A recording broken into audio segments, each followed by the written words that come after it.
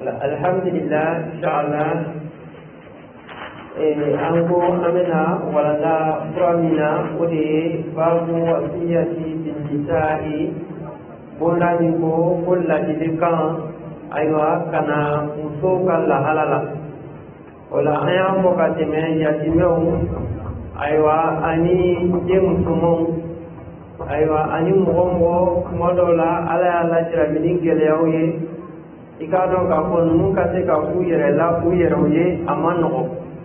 wala ala fana yake mugongo na nyuma yake kana numa daraja ba be ala oche menen ko fa nimbuna yufana abeka kuma mugoro kala halala ko mugo ka hakito kolo fana la ni ode musoye aywa papu bala wala furuno aywa muso e hakito ala kosebe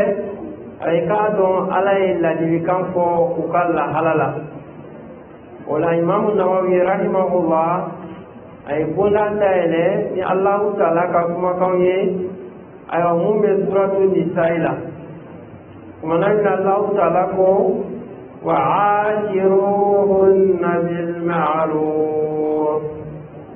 akwa kam tun musiki nyoya aywa kesugo nyumana anana ya hayawela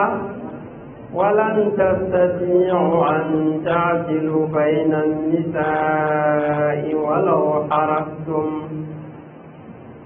ألكو فأوتنا سكاكلين أيوا مسوني يونجي أما يوجيجا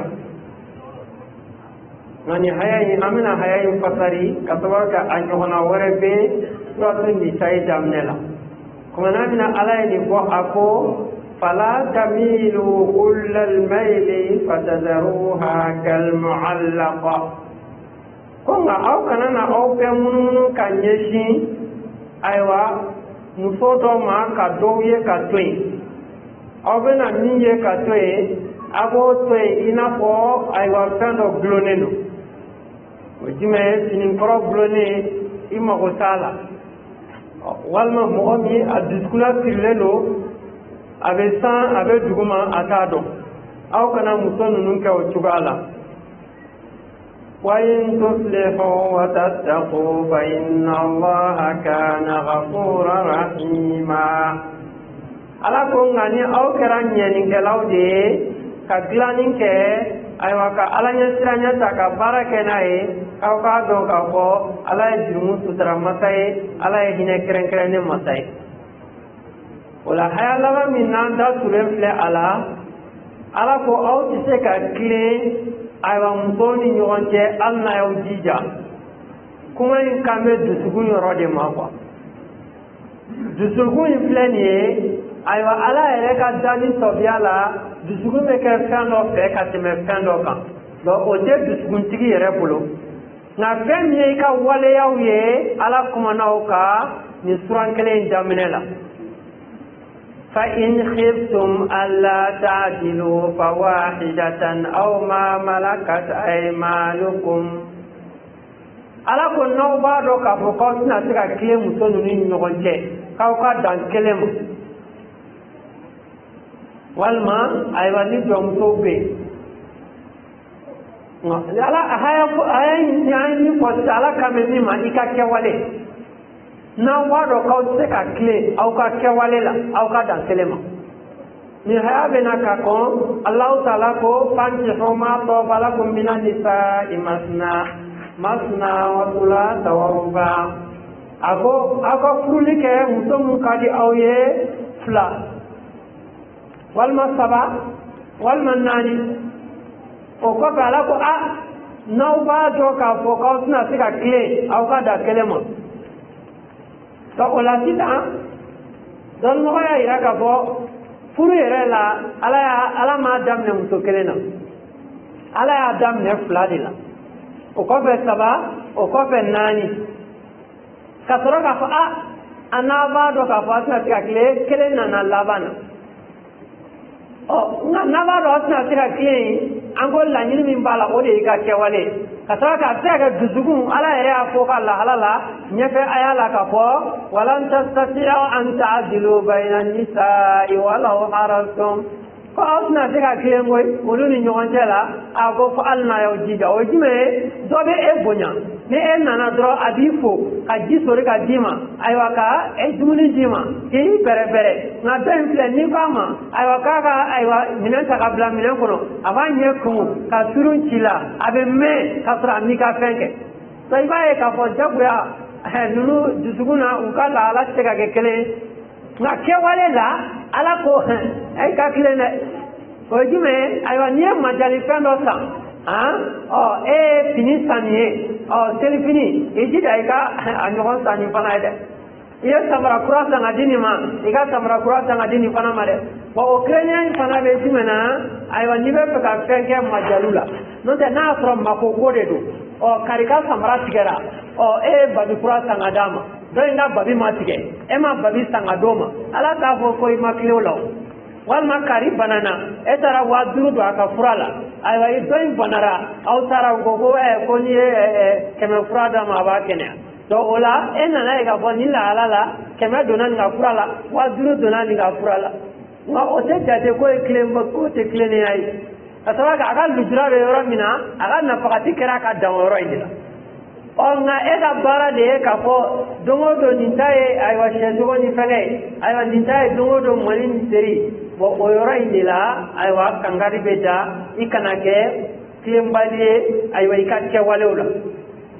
wala inshallah ayni buyoro fo aywa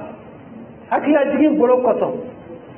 saka ni hayana na famya mumbe ala o ga wala aywa kafaraga na haya lamana ala ni fana fo ko na ye nyeninke wa in tuslihu wa tattaqu na ye nyeninke ka ala ni sanyata fa inna allaha kana ghafurur rahima ko ala kara jumu sutra magaye ala kara hina kere ne tigiye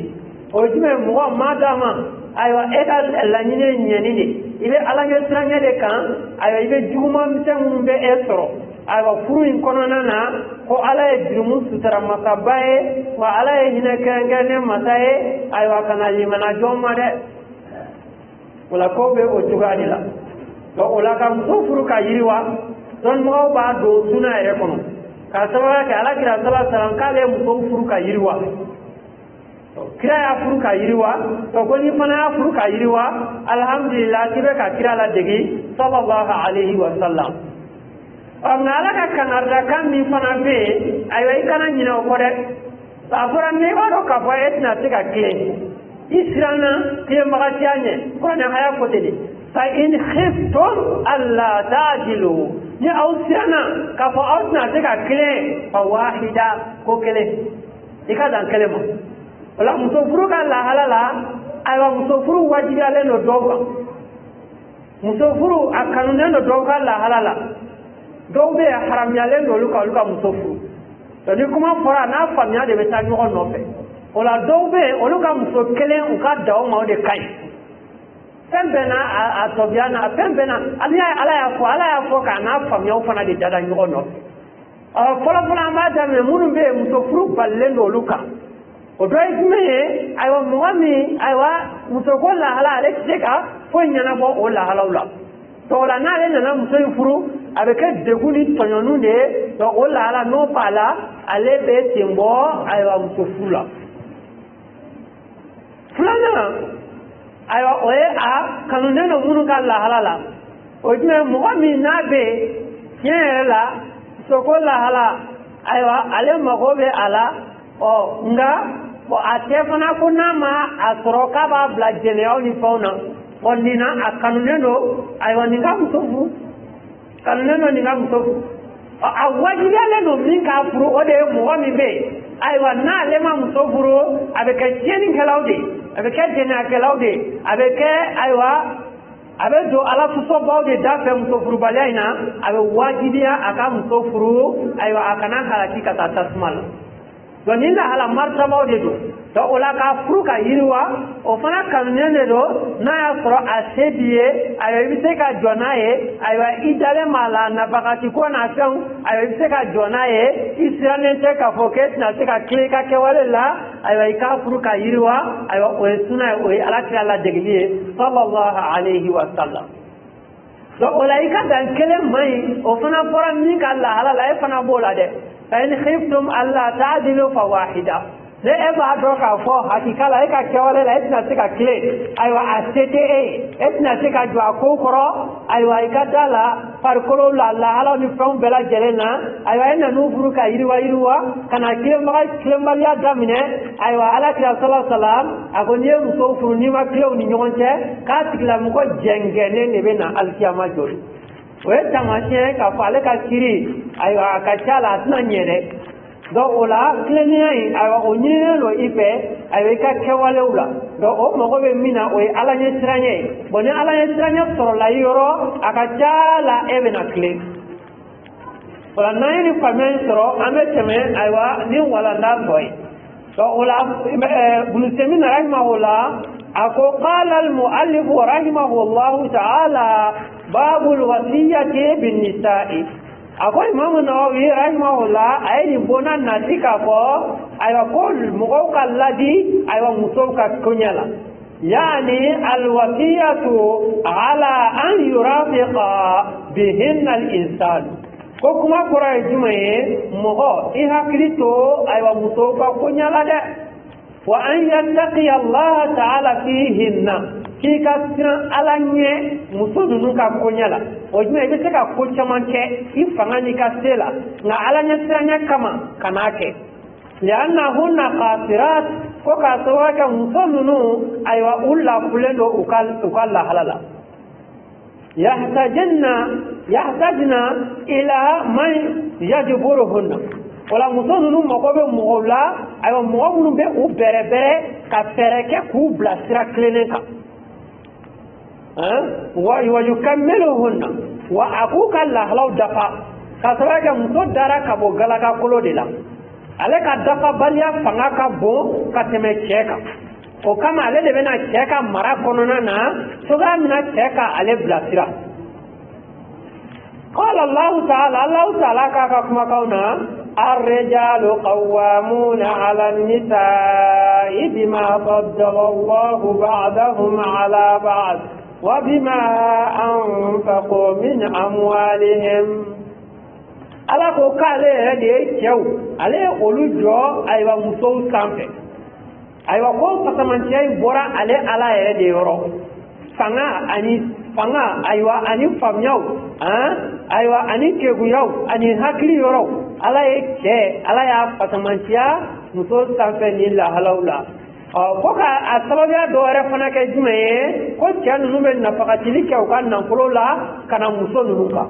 k'a ta furu nafolo la a ka fɛɛrɛ bɔ a ka dumuni a ka magoɲɛw ayiwa cɛ bɛ nafagati de kɛ ayiwa muso kan wajibi yɛrɛ bolo kosɔn muso n'ale b'a kɛ ka na cɛ ma a b'a kɛ ɲumanya la a b'a baraji sɔrɔ a ma wajibiya k'ale ka nafagati kɛ ka na cɛ kan dɛ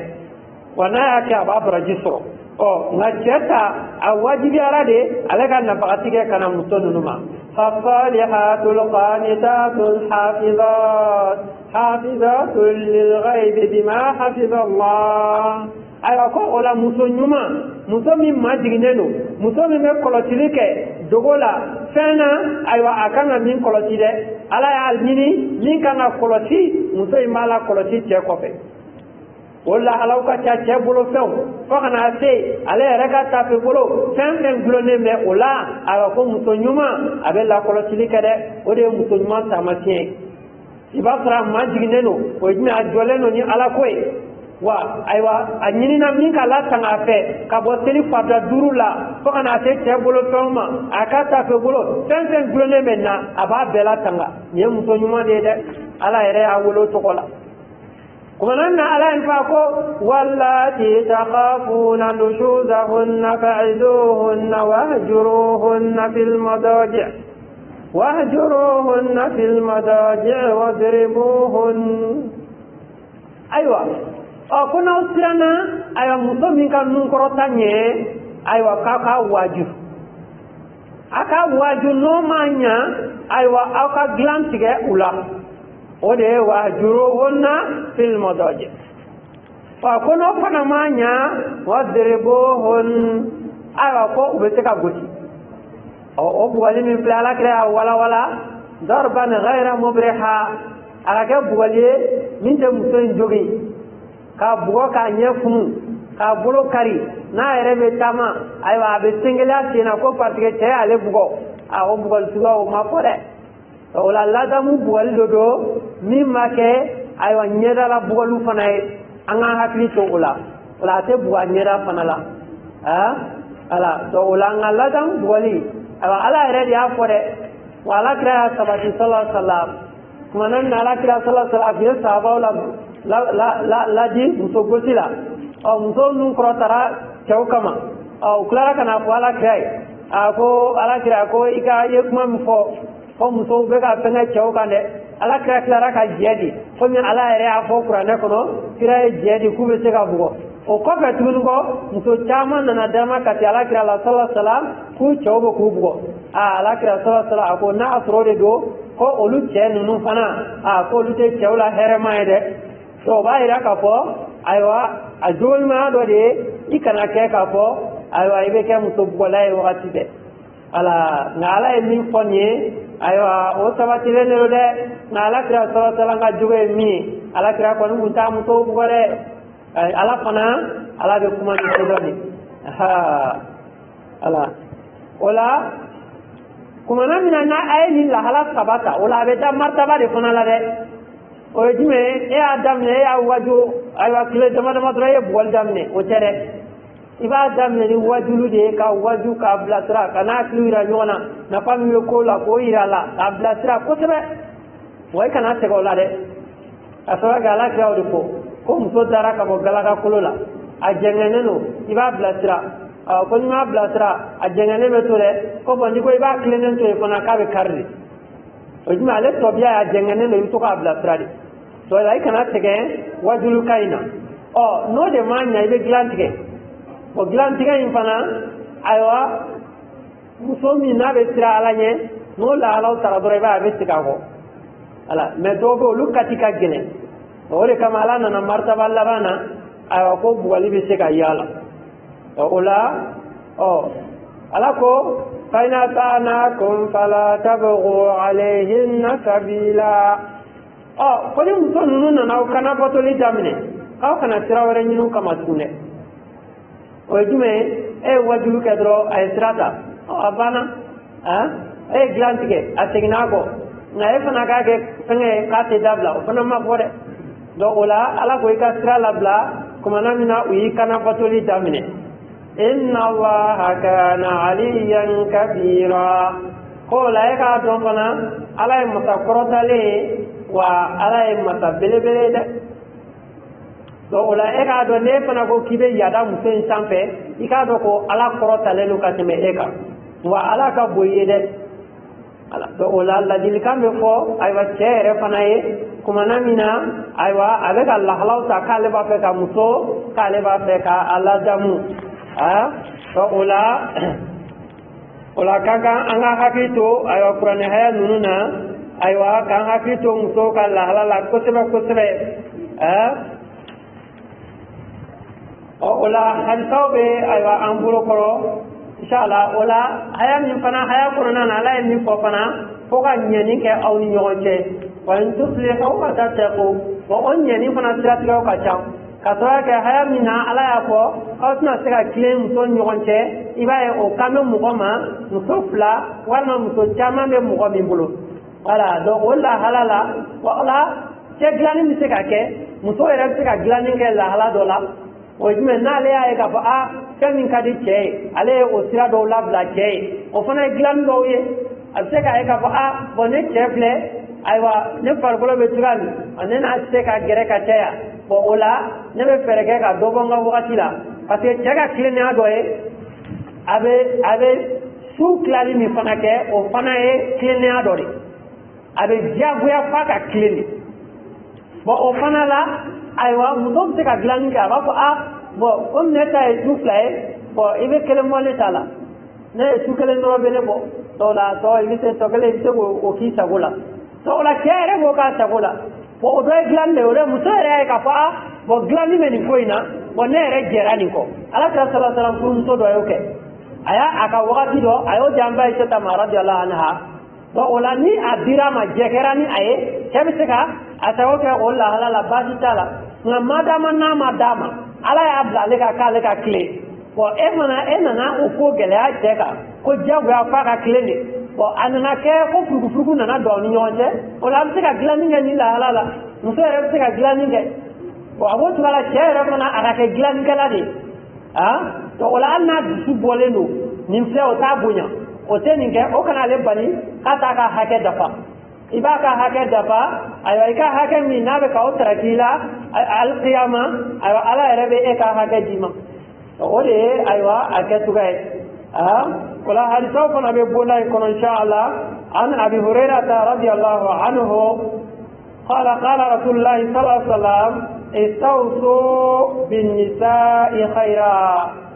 ako awbe laji ayo musoka kunye aweka lajala owa aweka lajala ni herede de lajil kam me ka fai aya la mele fa innal mar'ata khuliqat min dil'i kaw ka don ka fa musoko ni ale dara ka bo gala ka kolo de la wa inna awaja ma fi dil'i alahu ko wa auka don fana femi jengenendo galaka kolo bela jelena ko ode galaka kolo la safetai ayin zahabata tuqimuhu kasarta ko ni taraka ko fa e ka klem pepepe ka be karide wa in taraktahu lam yazal awaj ko wa ni afa tuwala fana ka jengene meto fatawso binisa'i ko mauladi musoka kunyala de ayo haklito ayo musoka kunyala de nyaadi tamufle muttafaqun alayhi bankaraka no bukhari al muslimin wa fi riwayati fi sahihayn al mar'atu kadhalai to anana bukhari muslim kono ka ko ayo ko musobe ina fo galaka kolodi en aqamtaha kasartaha koni ko faka klem pepe ka de karide wa in istamtat biha koni ba ka damunta ni musoye istamta wa fiha awajun fiki ka damunta musoyina ka jengenen toy ojine e ga po tanki ama cleannet ko ete damunta lela kaga dala ko ma famnya de wa fi riwayat muslim kana muslim konana innal mar'ata khuliqat min dil'i ko muso dara ka bo galaka kolo de la lan tastaqima laka ko laika do ka ko muso tina se ka cleannet e yede ala tariqatin tira kelenka o jina ka fo e abla sa keleninka na borao ka dra bana ikano kere kira ka ladil kanedo ni e ka la donya fendo la kuma do la an kunte mido kuma do la aywa an kunte mido so ko ola ko ni tara ka fo aywa ko fi e ka kile pepe aywa ko ibina karde wa in dhahabta tuqimuha kasartaha ko ni ko fo e ka kile ni aywa tibakar wa kasruha talaquha ko akarne mi ko ode afuru sali yoro de la nini o wa abena nori wale kama furu chama be sana be sa asabu do en yoro en famya baliyai kyatti ka ko musoy anema dele ka ko ti kana nin kewa nya fai shendu nya fai shenkele shenfla shen saba shen nani shen duru ama dabla le bara ya furusa ajitama mesrofe wala nala ke kuma ko ni hakli turanina iba do ka ko e ka bara de abla sale ko ata ko minkera ate ko tigere na te furusa ko modro kana furusa ke abada kami te furusa ko mo la delikano ne afai aiwa je kele fla me ka to ka afai ate ka pele ala kira ya fiede blasral ka eredo lan tastaqima laka ala tariqatin kira ka kuma de do ko muso se ka kile eye sira kelen kan ala to o ba yana le ka bo anga hakili to ayo ni yoro ina aywa ani anga jatimine ka ko la halala kuma do la hera ko ro se ka ka ula an ko yoro fana jatimine oni de ko bula hera ko do fana be ula an ka to ka o yoro jatimine inshallah ina fa mina tatu ala aywa tarahu konana wa bi hada أقام فمن حديثين كنوا توجيه رسول الله عليه الصلاة والسلام إلى معاشرة النساء إلى معاشرة الإنسان لأهله. فأولا قولا كنا بكام بلاترا أيوة شيء أيوة أكا حكريتو أيوة أكا قولا ولا ده ويجمع فرمتو وأنه ينبغي أن يأخذ منهم العفو والتيسر. to ko wala kuma be atiya kristo wala aka kole nunu ka to ka yafa ka to ka kotolike uye ka to ka nogo yake ukalla halala ka to ke ala ere ka dani to biya do be o be fendo bla aywa ukalla halala kama qala ta'ala ina ko allah ta'ala ere ni ko khudil afwa ka yafa ne ka to ko ke au talai mo ka to ka ke to ka yafa ko do ko wa amuru bil urfi e ka to ka yamaralike ni nyuma yogi do nyuma ya jume urfu la ni mi o de islamia sariya be jeni femu ni kando be mo be so ama mo ba e ko fenyuma do na madama ni sariya la fenjugo do ate do urfu kononana e ka yamaralike ay wali nyuma yogi o jume islamia sariya femu bla ka ko o le fenyuma e madola mo la se ka e ka ko ona le sigarati pagele sanga di doma ko ay nyuma yake aye ay ba so ala ka kirila ay ko jugude ke o te jate nyuma ye do ulaika jati na wakati be sariya be la sulike kana mima ay ka to ka yamarali ke ni oye ika kwala ka la halala no do ay ku yamara ni selwi ku yamara ka jenu dabla kabla sira la halaw bela jelina wa a'rid 'anil jahilin ay ko nga ko do mbaliw ay wa idi ramajenya ay wa ka bo olula ola we la suliye mo ka to ka yapa ka chaya paka ke sababu ikana sirauta kuma dola aywa Allah ba mtiga ke aywa ni sai atigla muhamma astaghfirullah wa atubu ilayhi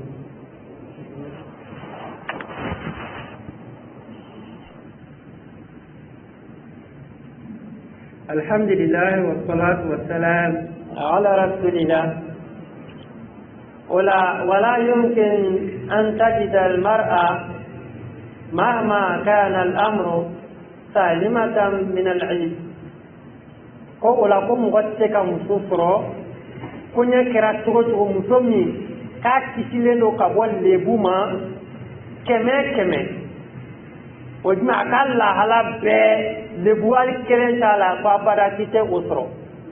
ولكن كما أرشد النبي عليه الصلاة والسلام كون على كلام بلاتراني مي إيكا حكريتو أولا استمتعت بها على ما فيها من العوج بيجي كذا منتا مسينا كأني أيوة جنگل من ده على كو وجنگل يطالا كذا منتا على كو طالا كو أكلي كاتوني جلا وأيضا إن كرهت منها خلقا رضيت منها خلقا آخر كو أبو تغالا na sura muso jogodo be olu mandiye iyo nankari aywa ko ngai nya sega ka lage ita sura jogo wore be ala ko jogo mi aywa ni o kadiye ala faqabil hada bi hada ma'a sabr do ulaika aka juma lage ika nyumani fana lage do niyo ke sita ulaibe sura ka sabali farai bulodala wa qad qala Allah ta'ala قل الله تعالى يرفعكم قونا فإن كرهتموهن فعسى أن تكرهوا شيئا ويجعل الله فيه خيرا كثيرا على كنا يسرو أو كلنك فندو ننكري مسون ننك الله حلالا كوك ما دولا سيكا أي فندو يرين ننكري كنا قوالا بكلاكا هيربا هيرب تماملا وكوين كوفي ala o jime ebe tabali min ka wala halala wa anebe jita min ka le bla dalora wala halala obehere bina ema ni ala e dode ma mi o ka jugo mo dafaleno o ka ala e sanyo dafaleno maro ni ma kuna ja ere ka toro bina tase o ma lahara jodo o kololo de bina tase ere ma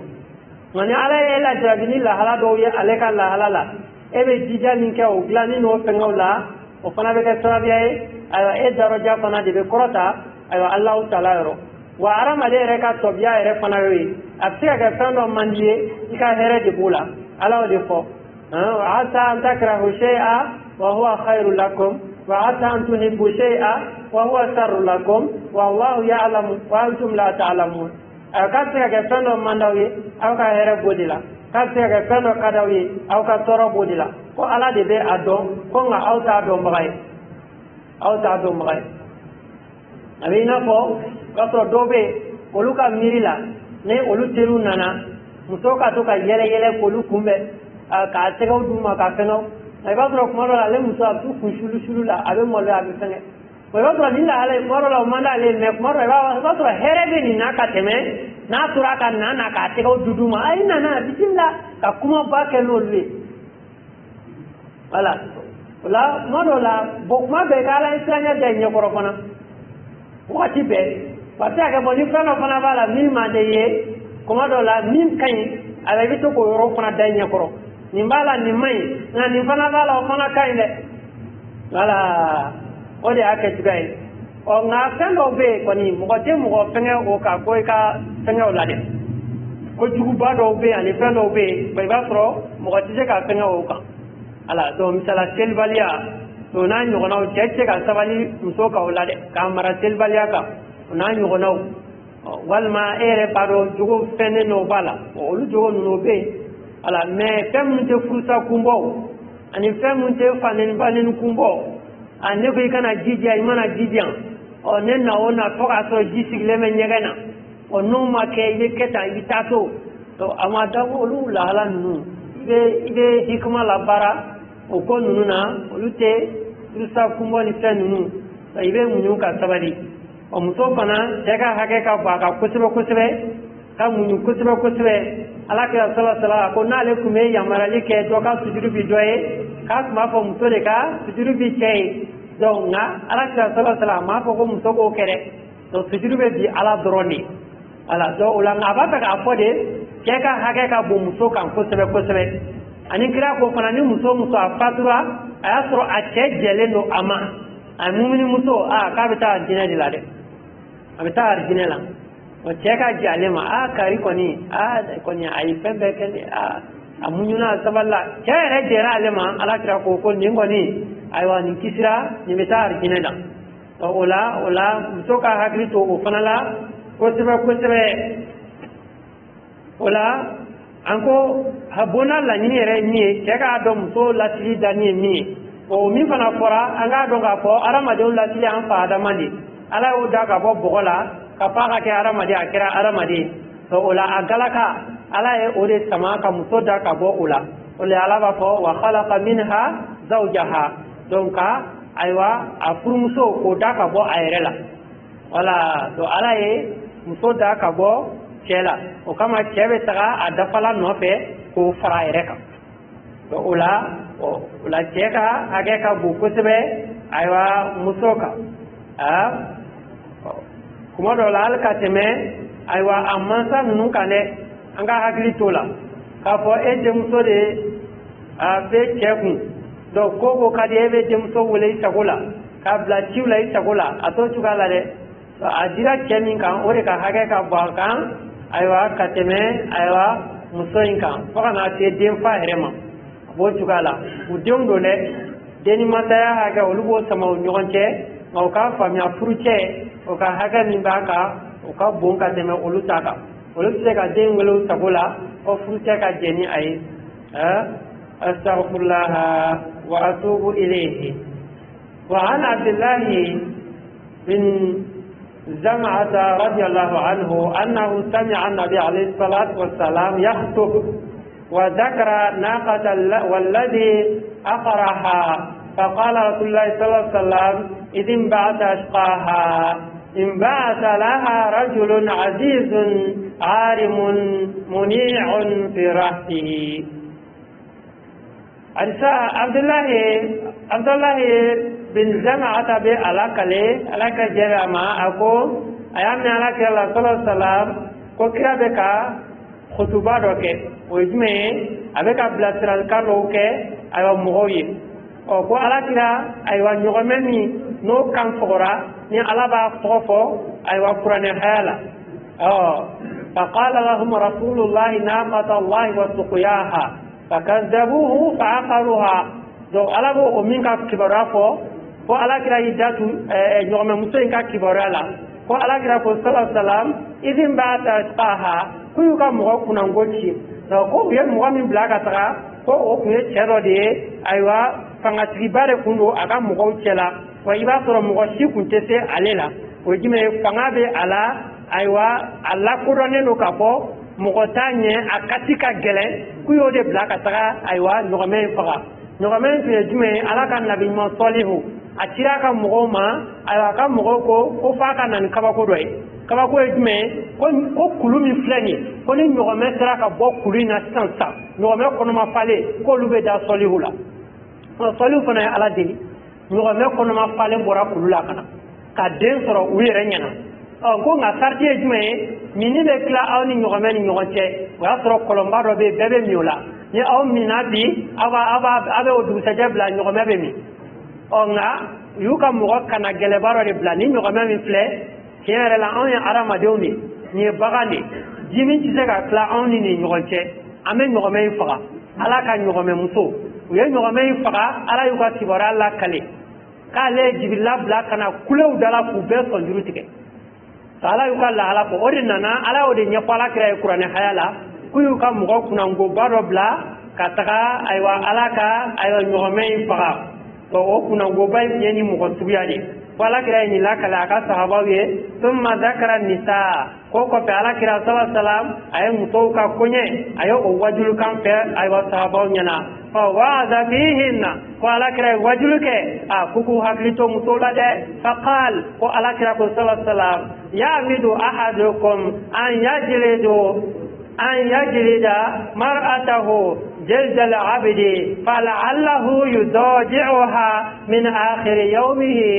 ko yala ko dɔ bɛ sɔn ka muso gosi i n'a fɔ a bɛ jɔn gosi cogoya min na ko kɔfɛ ko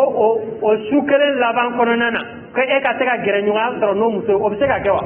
donc o b'a yira k'a fɔ n'i b'a fɛ ni muso fana ka gɛrɛ kana to ka juguyaw ni gɛlɛyaw ta k'a sɛgɛrɛ n'o tɛ gɛrɛntɛba a bɛ se ka na ni ayiwa fara ɲɔgɔnya ye donc muso tɔbiya ye min ale jɛngɛnnen don i k'o fana faamuya i ka fɛɛrɛ kɛ ka to ka kotoli k'a ye wagati dɔw la k'a bilasira wagati dɔw la i ka baara nin cogoya in na tumma wa'adahum ko kɔfɛ ala kira y'u waaju fi dahikihim min dartati ka waaju ko kumana min na u bɛ to ka yɛlɛ ni fiɲɛbila ye mɔgɔ sɔrɔ o bɛ mankan min bɔ n'o kɛra ko mɔgɔw bɛ to ka yɛlɛ wa qal ko ala kira ko u ma lima yadhaku ahadukum mimma yaf'al ko mun de kama e bɛ yɛlɛ fɛn na e yɛrɛ bɛ fɛn min kɛ ni hadisa min filɛ muttafaqun alayhi wa ni hadisa ka bilasirali bakuru ye min ye o de ye k'a fɔ fɛn min ni i yɛrɛ b'a kɛ a man kan e ka yɛlɛ mɔgɔ wɛrɛ ma o lahala la ni fiɲɛbila ye mɔgɔ sɔrɔ yɛlɛ ko tɛ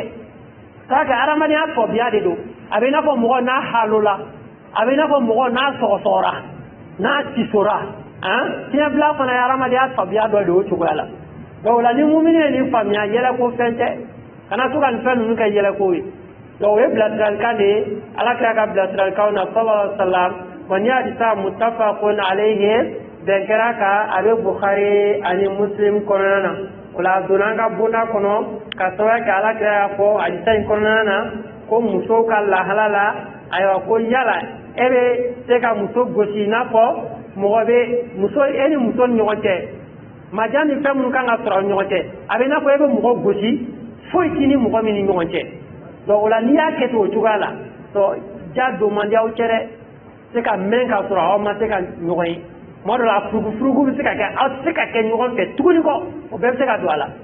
donc o la ka ko kɛ ni hakili ye donc o de ka ɲi an bɛ Alahu taala deli ala ka diinɛ faamuya ko ɲuman a n'a baara ko ɲuman ala ka o nɔgɔya an ma